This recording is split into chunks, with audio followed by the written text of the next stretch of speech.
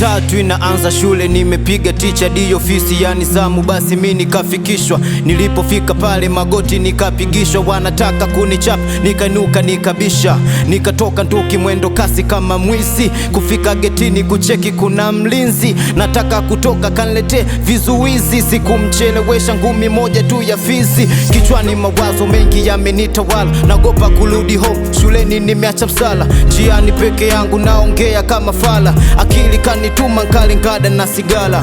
Naingia nyumbani mdomoni nanuka gingi, kufika sebleni na mkuta mekaa dingi. Alivonicheki anaonekana na vingi, akanipa barua, ebu soma we pimbi. Nikapokea barua ile kwa masikitiko, barua inasema masomo yako ndo mwisho. Mwalimu lempiga yupo maututi, kifo natafutwa na polisi.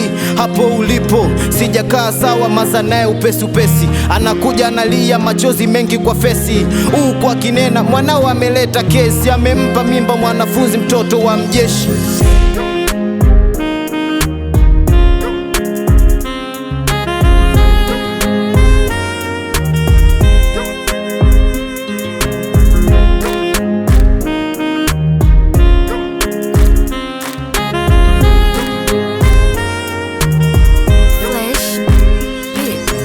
Sina la kufanya, mwili wote umechoka. Maamuzi ya wazazi wakanifukuza toka barabarani, natembea ila naogopa. Dunia yote yangu nainuka na dondoka, sina pa kulala, sina pa kuishi. Mtoto wa kiume nijikaze tu kibishi. Nikakumbuka maendeleo kuna mwanangu anaishi, ngoja nitimbe bila kugundua ni snitch. Ilikuwa ni saa 5:30 inaelekea, hadi kwa mwanangu mdogo mdogo nkasogea. Sikuwa na mashaka, nikazama nikaingia, maana yuko peke yake, wazazi wamempangia. Nilipofika ndani mwanangu alinishangaa, akaniambia chinga, umefanya mabala, unatafutwa na polisi wanajeshi yani da. Kwa kuwa mimi mwanao siwezi kukukataa, nikajitupa kitandani, niko taabani, nikijiuliza nimemkosea nani au maanani. Kisa sendi badani, usingizi ukanipitia baada ya masaa fulani. Mida saa 1 nikashtuka kwenye bedi chapu, nikakulupuka kumcheki mwanangu ayupo kashamka.